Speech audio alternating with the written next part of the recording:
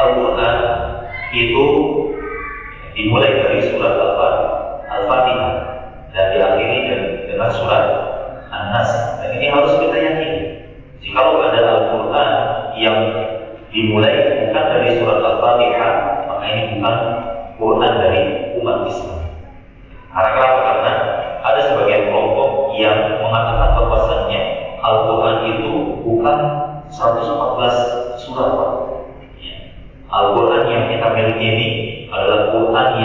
masih kurang. Kelompok saat ini, kelompok Syiah, kelompok Syiah yang menghalalkan kawin kontrak atau bahasa mereka adalah nikah kontrak, itu mengatakan bahwasanya Al-Quran itu yang kita pegang ini adalah Quran yang belum sempurna. Seperti itu. Kemudian al-qira'atu al-muta'abbadu bi qira'atihi. Kemudian membaca Al-Quran ini termasuk bagian dari ibadah. Jadi ketika kita membaca Al-Quran Karim, ini termasuk ibadah kita kepada Allah Subhanahu wa Ta'ala. Maka tentunya ketika kita melakukan ibadah tersebut, yaitu ibadah membaca Al-Quran Karim, maka harus ada dua yang terpenuhi. Yang pertama, kita ikhlas dalam membaca Al-Quran Karim. Kemudian yang kedua, kita harus sesuai dengan apa yang telah diajarkan oleh malaikat Jibril alaihi salam yang kemudian disampaikan kepada Nabi Muhammad sallallahu alaihi wasallam, disampaikan kepada para tabi'in dan juga sampai kepada kita. Maka kesimpulannya adalah Al-Quran itu turun dengan dua cara. Yang pertama, turun dengan tulisan yang ada di dalam mushaf, yang di dalam Al-Quran yang sering kita lihat. Itulah Al-Quran. Jadi Al-Quran turun itu sampai kepada kita secara maktubah, secara tertulis. Kemudian yang kedua, Al-Quran itu sampai kepada kita secara mantual, yaitu secara ucapan. Nah, gitu. Yang secara secara tulisan mungkin sudah kita jumpai, sudah kita temui bersama. Namun ada dua tahapan ini yang harus kita ketahui, yaitu secara lisan. Nah, maka belajar Al-Quran Karim ini harus melihat bagaimana proses pembelajaran Nabi SAW kepada malaikat Jibril alaihissalam. Pertanyaan saya, ketika Nabi Muhammad SAW belajar Al-Quran Karim kepada malaikat Jibril dengan cara penulisan atau dengan cara lisan? Dengan cara apa? Dengan cara lisan. Ya, bukan dengan cara tulisan. Mengapa? Karena Nabi SAW ketika diperintahkan untuk baca Al-Quran, apa yang beliau jawab? Mana Nabi Quran? Saya tidak bisa baca. Kenapa Nabi SAW tidak bisa baca? Jawabannya pasti ada iman. Kalau seumpamanya Nabi SAW itu bisa baca dan bisa menulis, pasti Al-Quran yang sekarang kita baca, yang sekarang kita pegang adalah buatan siapa? Nabi Muhammad SAW. Dan orang-orang yang benci kepada beliau pasti akan mengatakan bahwasanya Al-Quran tersebut adalah buatan siapa? Nabi Muhammad SAW. Itulah hikmah kenapa Nabi SAW itu tidak bisa baca dan menulis. Maka dalam mempelajari ilmu Al-Quran ini butuh kepada bimbingan seorang. Ketika kita sudah mendapatkan teori tajwid, hukum tajwid dan juga yang lainnya, maka tentu di sini kita harus butuh bimbingan seorang guru.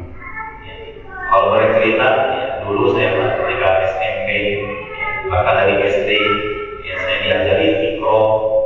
Kemudian SMP saya masuk pondok, SMA saya masuk pondok, kuliah pun saya masuk pondok. Dan itu ketika saya kuliah, saya baru mengetahui bacaan ta'awudz saya itu salah.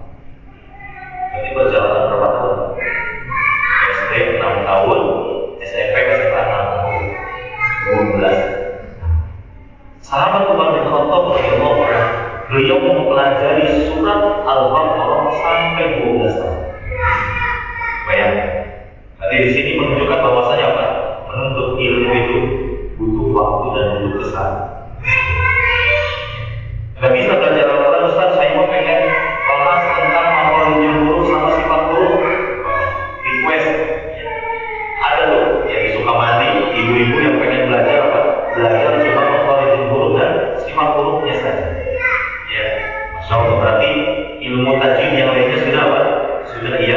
menguasai Allah. Maka apa? Tidak bisa. Kita hanya mengambil sebagian dan meninggalkan sebagian. Tapi kita harus bagaimana berusaha agar Al-Quran yang Allah turunkan itu adalah yang Allah. Makanya Allah Subhanahu wa Ta'ala menyebutkan di dalam surat Al-Baqarah. Allah Subhanahu wa Ta'ala mengatakan, "Alladzina atainahumul kitab yatlunahu haqqa tilawatihi." Jadi orang-orang yang mereka diberikan Alkitab. Apa Alkitab di sini? Al-Quran. Agar mereka yatlunahu haqqa tilawatihi, membacanya itu dengan sebenar-benar baca. Bukan misalkan masing-masing kita bacanya begini, ada yang baca Al-Fatihahnya begini, ada yang baca surat An-Nasnya kayak begini. Tapi harus sesuai dengan urutan bacaan dari orang-orang terdahulu. Tapi kalau bahasa Al-Quran itu, bahasa ilmu Al-Quran ada yang namanya sanad. Sanad itu kalau bahasa kitanya ijazah. Kita lulus SMP butuh ijazah, lulus SMA butuh ijazah. Ketika kita ingin melamar kerja pun ada ijazah. Kenapa? Karena diakui bahwasanya ini anak punya dasar, punya ilmu dasar untuk bisa bekerja. Ya, nah begitu pun Al-Quran. Apalagi ini Al-Quran. Al-Quran itu memiliki rantai dari mulai zaman kita sampai kepada para ulama belakang, ya, para tabi'in, kemudian kepada para tabi'in, kemudian kepada para sahabat mundur terus ke belakang, ya, para sahabat, kemudian kepada Nabi Sallallahu Alaihi Wasallam, di mana Nabi SAW mengambil bacaan dari malaikat Jibril alaihissalam. Kita lihat aja sejarahnya bagaimana perjalanan mereka, ya, seperti itu. Makanya sampai Imam Ibnu Mubarak rahimahullah taala beliau mengatakan al-isnadu minad-din. Sanad itu termasuk bagian dari agama. Sama seperti hadis. Hadis juga kalau misalkan ada yang mengatakan, ya, utlubul ilma walau bisin, tuntutlah ilmu sampai ke negeri Cina. Kira-kira apa? Hadisnya sahih. Hadisnya sahih apa? Kalau kan jauh ke Cina. Ya, sumber Islam turunnya di mana? Di kota Cina, di negara Cina. Bukan. Ya, tapi Al-Quran dan sumber Islam itu turun di kota Madinah. Berarti kalau misalkan ada orang yang mengatakan tuntutlah ilmu sampai ke negeri Cina, berarti hadisnya apa ya? Perlu ditelusuri. Nah, itu namanya sah. Makanya ketika ada orang yang memiliki sanad, dia mustahil yang namanya berdusta.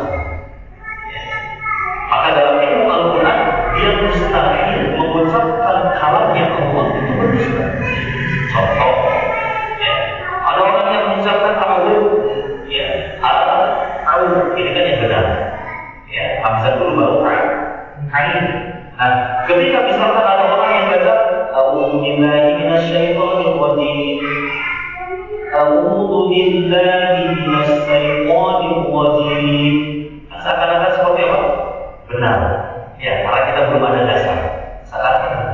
Tapi ketika kita nanti sudah belajar, berjalan, kita kan tahu di mana letak kesalahannya, kemudian apa yang harus kita perbaiki, itu kan tahu.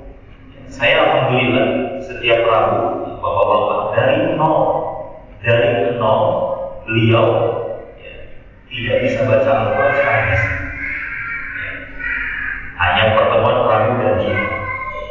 Dulu ketika sebelum saya menikah. Ketika saya sudah menikah cuma hari Rabu saja. Itu alhamdulillah. Saya ngajar juga di sini, ya, di blog ini, ya, privat. Itu mengajar ilmu Al-Quran yang beliau dulu nggak pernah mengenal sholat, nggak pernah mengenal ngaji. Sekarang sudah, masya Allah, luar biasa bisa nih. Ya. Pertemuan hanya dua hari, Selasa dan setiap hari 1 jam. Itu masya Allah bisa.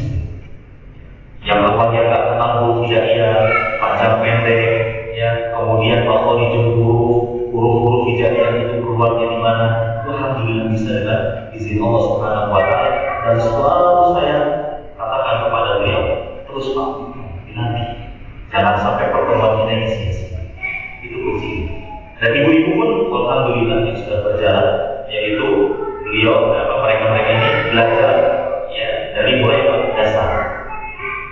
dasar, sampai ke tingkat lanjutan. Dan itu alhamdulillah cuma itu Selasa siang. Itu masya Allah. Alhamdulillah di antara mereka sudah ada yang menonjol. Dari 6 orang itu, alhamdulillah sudah banyak yang menonjol. Ya, itu masya Allah atas kesungguhan.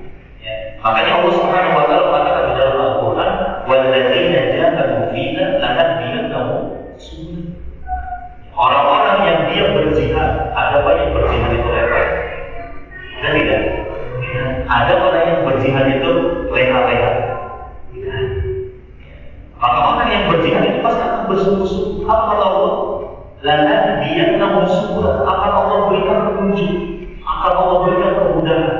Dan kalau misalkan bapak-bapak ya, bersemangat untuk ingin bisa ilmu Al-Quran ini, maka terus berjuang. Sampai kapan Ustaz? Sampai kita meninggal. Saya pun masih belajar. Saya pun masih tetap belajar ilmu. Seperti itu. Sebagaimana tadi yang sudah saya ceritakan, 12 tahun Pak, saya dikoreksi baca takbir. Padahal saya sudah belajar, ya, sudah belajar. Dan ternyata apa? Ternyata apa yang saya ajarkan ini penuh dengan kesalahan. Dan saya merasa berdosa kepada murid-murid saya. Seperti itu. Nah, makanya mudah-mudahan pertemuan ini ya, bisa menjadi apa? Pertemuan yang kesalahan yang membuat kita istiqomah, ya, agar kita ini bisa diwafatkan di atas Islam dan sunnah. Seperti itu. Makanya ya, ketika belajar ilmu Al-Quran ini seperti orang yang mendaki gunung. Ya. Kalau bapak yang dulu ketika masa mudanya suka mendaki gunung atau yang saudara-saudara kita, ya, itu ya, awalnya apa? Landai. Ya. Ketika sudah makin ke atas, semakin apa? Semakin memuncak. Ya, semakin rintangannya banyak. Itulah yang akan kita hadapi nanti. Itu yang akan kita jumpai. Mungkin sekarang masih enak, ya nanti mulai gak enak. Gak enaknya apa? Kita guru mungkin sama-sama. Ya, ketika ada yang meniru mungkin saya tersebut seperti itu. Wajar, karena kita ingin menjadi yang lebih baik. Ya.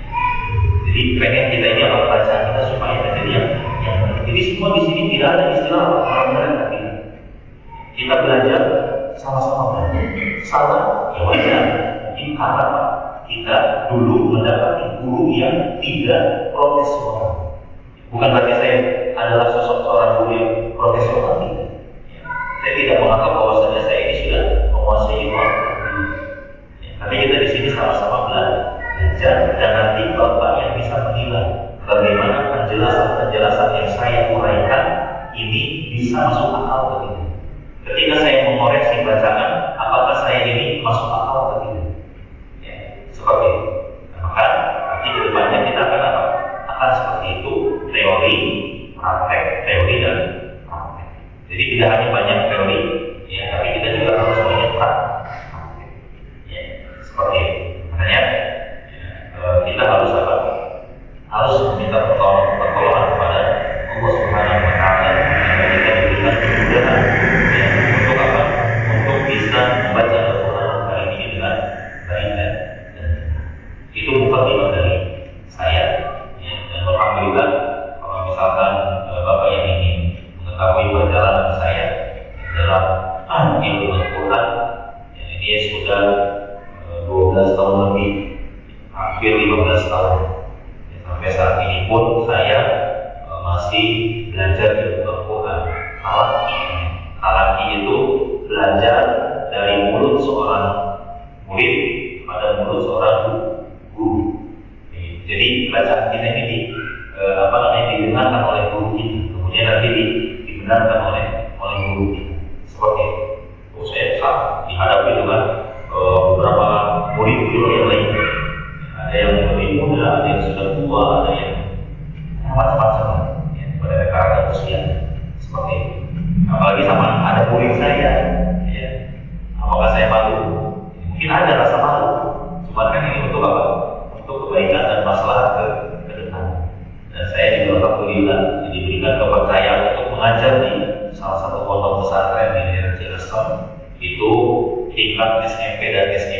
semua saya pegang. Ya, dari mulai kelas 7 sampai kelas 9, kelas 10 sampai kelas 12. Seperti itu.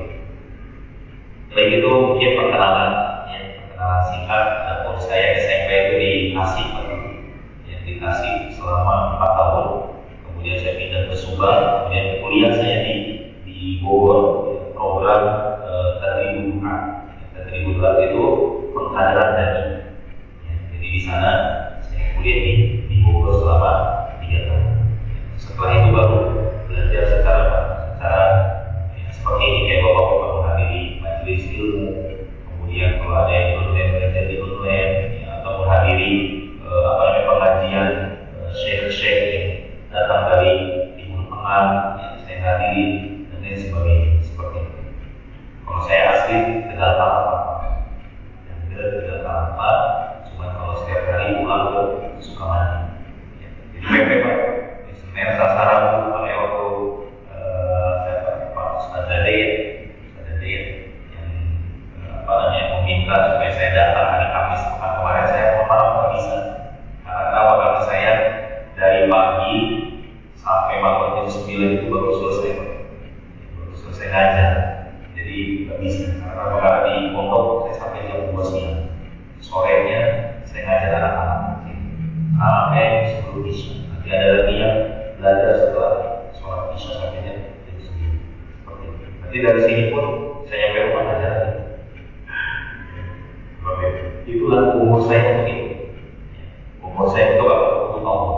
Ketika saya berikan umur ini untuk Allah, maka insya Allah di masa tua Allah akan jaga usia saya. Saya ingin hidup ini jadi apa? Hidup yang penuh dengan barokah. Ilmu saya jadi ilmu yang bermanfaat untuk manusia yang ada di sini. Seperti itu. Itu tujuan saya hidup. Bukan mencari sesuatu dan sebagainya. Kita harus mencari pahala. Makanya ya, dunia mazra'atun lil akhirah. Dunia itu ladang untuk berkorban kehidupan kita di akhir. Perbanyak apa yang kita bisa beri, apa yang kita bisa beri. Kita bisa memberikan apa? Berikan apa? Kita bisa berikan tenaga, berikan tenaga. Kita bisa berikan apa? Kecerdasan kita berikan. Seperti itu. Agar kita mendapatkan apa? Amal dari seperti itu. Makanya Bapak juga nanti ketika misalkan umpamanya apa bisa sudah menguasai ilmu Quran, nanti yang untuk anak-anak kita rencana mau ada program anak-anak juga Pak ya. Cuma pada Allah sampai saat ini saya belum bisa karena para pengajarnya mereka ingin hadir kajian dan sudah berjalan. Mereka sudah punya jadwal untuk menghadiri majelis itu. Jadi otomatis katanya belum bisa. Doakan mudah-mudahan ada pengajar yang bagus ilmunya bisa mengajarkan di sini. Amin ya Allah. Baik.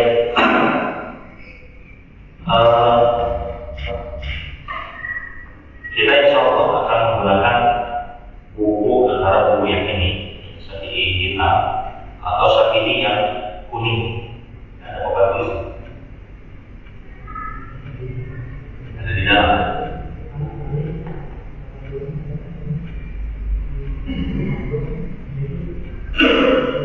Yang tidur atau yang berdiri? Menempel. Soalnya mulainya bagaimana?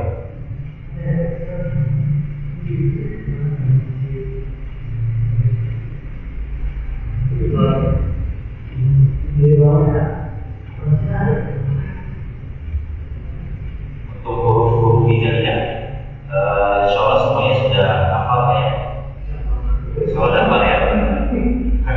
Soalnya tinggal pengucapan mungkin gitu ya. Tinggal pengucapannya di mana letak huruf ini dan bagaimana cara mengucapkan itu. Ya, sama saya juga belajar ta'awud Bapak ya, kan sampai berbulan-bulan. Ya, bacaan alhamdulillah kita syaitan itu sampai berbulan-bulan. Itu baru itu doang, bagaimana dengan lafaz-lafaz yang lainnya. So,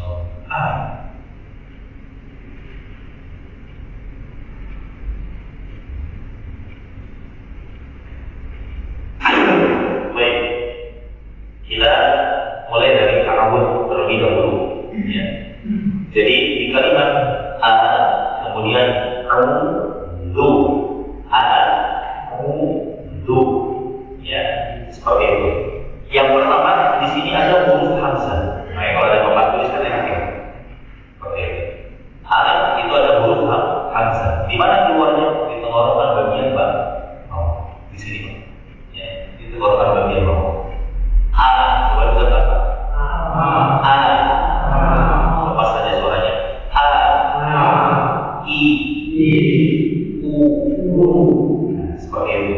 Jadi semua huruf yang berharokat itu harus apa? Harus dipraktekkan sesuai posisi.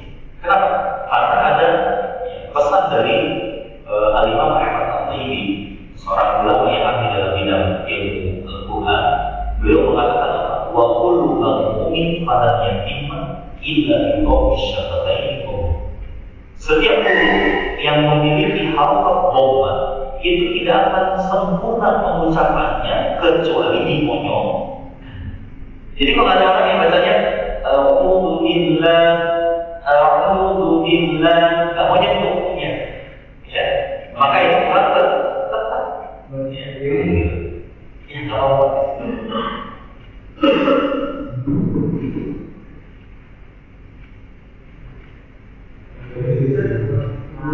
Di sini bisa.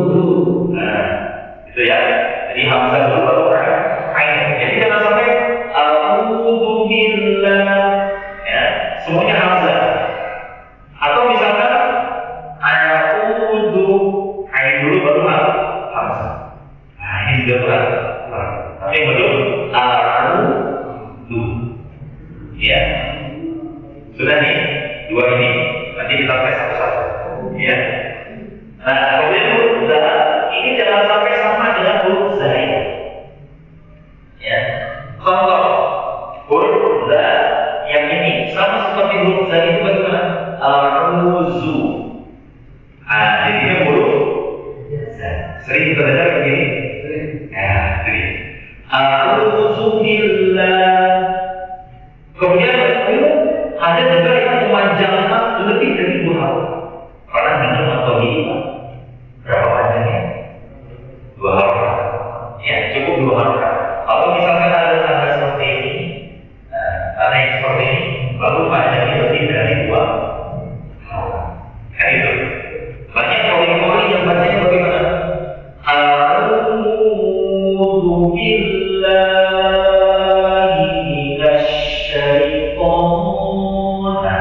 ini baik seperti itu ya. Kalau seumpamanya ada tanda ini maka sah bacaan benar. Tapi kalau tidak ada, mohon maaf harus kembali ke. Makanya tadi sudah saya katakan di awal, kita harus sesuai dengan teori yang kita dapat. Jangan sampai kita ketika membaca Al-Quran nada ini merusak kita. Coba kita umpamanya memiliki peraturan dalam perusahaan kita, karyawannya harus begini. Ditanggal sama karyawan, bagaimana sikapnya? Tidak senang kan? Begitu.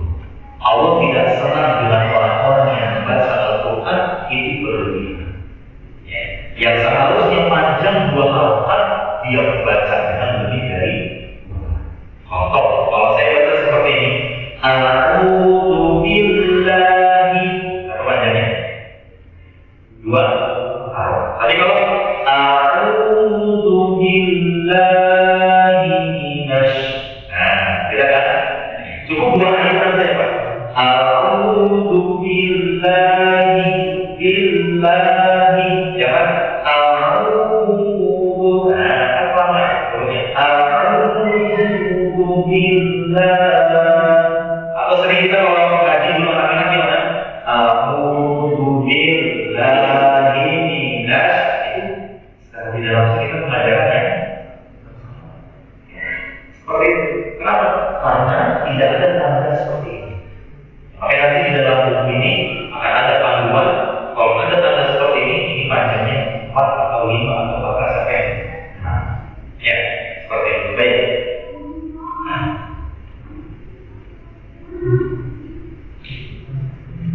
Nah, kemudian yang kedua adalah Imam Al-Khattabi. Kita lanjutkan tentang penyempurnaan harokat. Ya, penyempurnaan harokat tadi yang pertama dong. Kemudian yang kedua wadul khifaf bil khifaf bil fami. Setiap harokat atau setiap huruf yang berharokat kasroh, ya. Jadi harokat itu ada berapa? Harokat ada berapa? Kasroh dengan terus, fathah terus. Itu berarti peluasan ya, menjadi tanwin.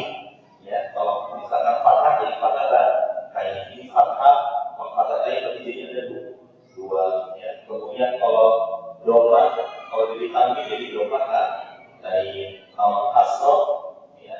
Kalau misalkan jadi tanwin maka berubah menjadi kasroh kan. Ini harokat. Sukun ada yang mengatakan harokat? Sukun dan harokat atau bukan? Bukan harokat. Kenapa? Karena sukun itu tanda apa? Contoh A dengan ba dibaca apa? Tapi ketika A dengan ba sukun berubah menjadi hati kan? Jadi sukun bukan termasuk bagian dari harokat. Gitu ya. Baik. Jadi untuk harokat kasroh maka harus apa? Turun rahanya. Ketika kasroh turun rahan. A'udzu billahi, turun ya. Jangan a'udzu billahi minasy, turun rahan. Jadi apa? Ya, seperti itu. Ustaz baru juga mulai dan esnya. Kalau belum biasa gitu Pak. Ya, jadi bawaannya sampai jangan bawa selalu pusing.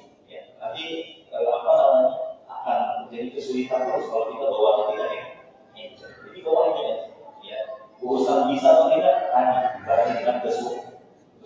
Itu ya yang bisa membedakan kita sering bertemu tapi tidak pernah sering dipakai. Ya, tapi ini kita jarang bertemu tapi kita sering dipakai. Karena cuma salah satu itu. Ya, insya Allah seperti itu. Baik. Ada ketika orang fathah kata Imam Al-Khattabi wal mafruq bil harf. Jadi untuk harf fathah maka huruf ini harus dibuka. Dengan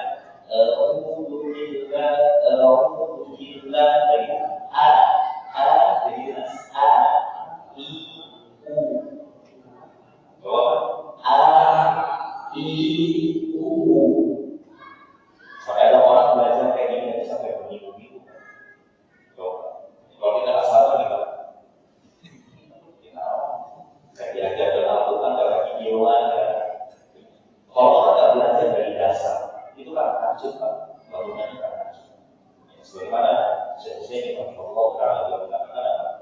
Fitronimal usul. Siapa yang dari dasar-dasar dan fondasi yang tidak kuat, maka Allah tidak akan sampaikan dia pada kita yang hidup.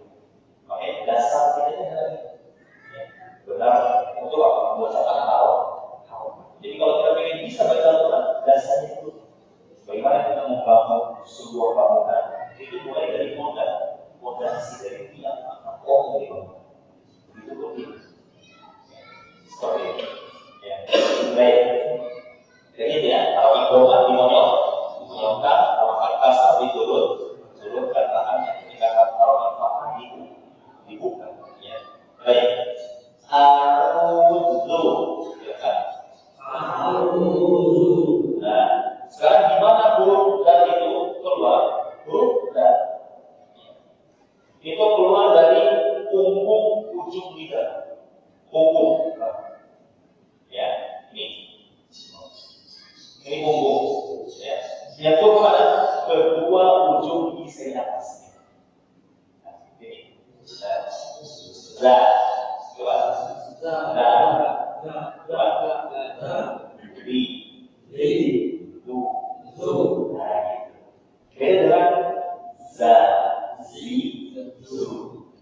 hati-hati ya, jangan sampai apa?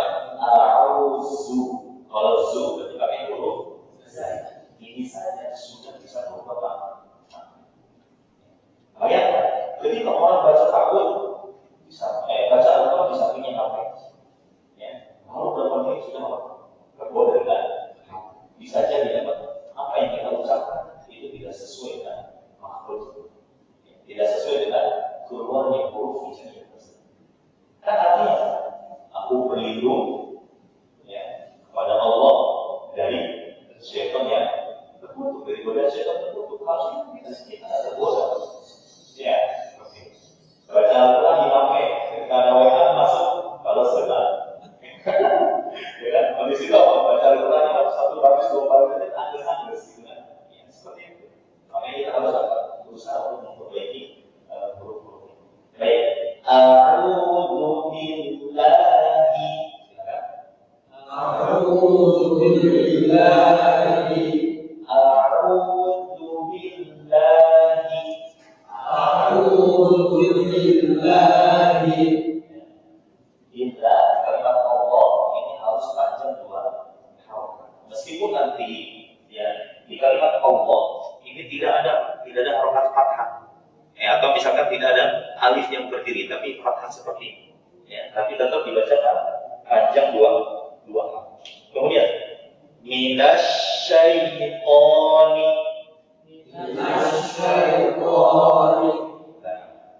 Yang ingin saya sampaikan adalah kalimat ini.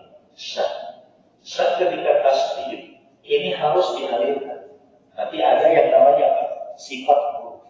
Kita akan belajar juga tentang sifat huruf. Jadi apa sih sifatnya dari huruf syad ini? Oh, ternyata dia harus mengalir. Makanya ada orang yang bacanya kan a'udzu billahi minasyaitonir rajim. Ya, seperti itu. Karena yang betul bagaimana? Itu dialirkan terus. Ya, kalau dalam ilmu tajwid namanya adalah ilmu rokokan, mengalir. Tapi ada lagi yang mengalir tapi sedikit. Yang mana? Huruf roh. Ya, jangan dulu pusingkan apa sih maksudnya. Yang penting mengalir. Ya, nah ini mengalir hanya sebagian. Sebagian bagaimana? Contoh, minasyaitonir bukan nirro, tahan. Ya, dan juga bukan apa? Mengalirnya banyak. Minasyaitonir rajim. Ada itu sama. Ya. Huruf roh nggak boleh banyak kita. Kan bedanya. Minasyaitonir rajim. Bedakan alirannya apa? Ya, seperti itu. Baik, kita ulang lagi. A'udzu billahi minasyaitonir rajim. A'udzu billahi minasyaitonir rajim. Huruf sya setelahnya ada sukun atau menggunakan fathah setelahnya ya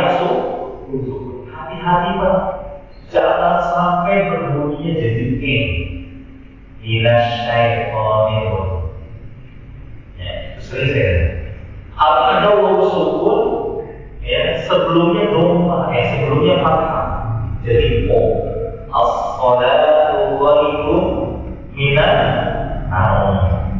Nah, coba ya, sok ada sumur coba perhatikan. Jadi jangan naum, tapi naum. Ya, karena di dalam Al-Quran itu tidak ada suara o. Kalau suara itu ada. Di dalam surat apa? Hud. Ya. Di dalam surat Hud itu ada tulisannya majroha. Tapi dibaca dengan majroha. Gitu. Ya. Kenapa bisa bacanya jadi majroha? Ilmu ya. Tadi sahabat itu yang saya katakan. Ya. Nah, kemudian huruf to ini harus tebal. Jangan kita baca dengan suara to yang tipis atau kanting. Karena apa? Dia masuk ke dalam sifat yang namanya apa? Istirahat dan juga nanti infak. Apa itu Ustaz? Tebal maksudnya. Ya. Jadi minasyaiqo bukan minasyaiqo. Al-Razim, rohnya juga tidak boleh dibaca tipis. Minasyaiqonir razim. Tapi minasyaiqonir jim tidak boleh dibaca dengan jim. Tapi jadi ini bisa. Yang ini Pak. Nih. Jadi jangan jadi. Ya. Oke. Sudah ada gambaran. Ya. Ingin mengetahui lebih dalam lagi. Atau cukup sampai di sini aja. Ya. Mudah-mudahan pertemuan ini bisa mengembalikan semangat kita dan jangan pernah mengatakan saya ini sudah terlambat, sudah sendiri. Wallahi saya bersumpah bahwa ini bukan terlambat.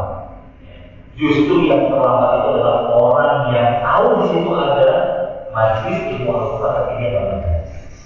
Itulah orang yang terlambat. Ya.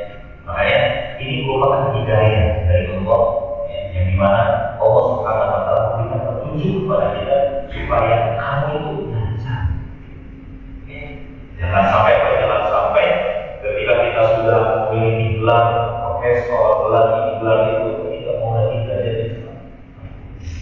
Banyak kok orang yang sudah profesor tapi bacaan Al-Qurannya belum. Banyak semua kita harus kembali belajar. Kenapa? Karena lihat sekarang. Ya, zaman sekarang sudah mulai rusak dari mulai pendidikan, bagaimana karakter anak-anak, bagaimana pemerintah kita, ya semua bagaimana kejadian, ya ketika datangnya siapa orang kafir, ya kalau dicium dan bahkan sampai beliau mengatakan apa, ya masjid ini mengatakan agama Islam dengan agama yang lain adalah agama yang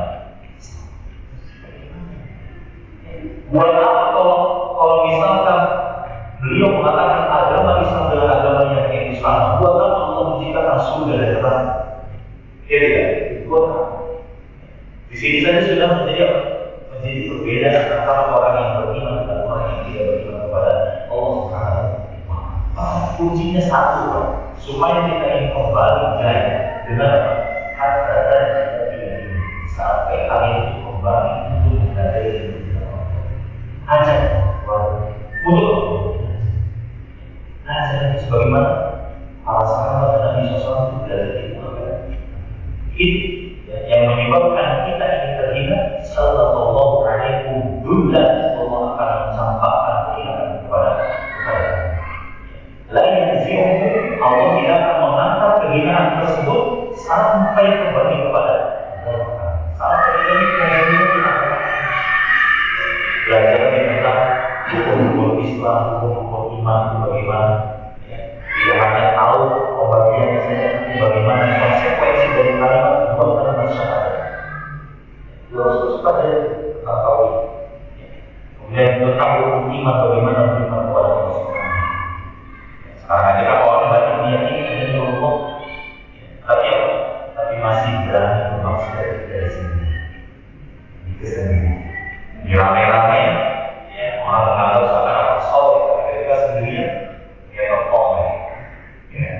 Seperti itu. Nah ini harus dikaji, belajar lagi. Mudah-mudahan Allah Subhanahu Wa Taala memberikan kesempatan kepada kita dengan usia yang Allah panjangkan usia kita ini untuk apa? Selalu berada di atas ketaatan kepada Allah Subhanahu Wa Taala. Amin ya Rabbal Alamin. Sampai di sini yang perlu saya.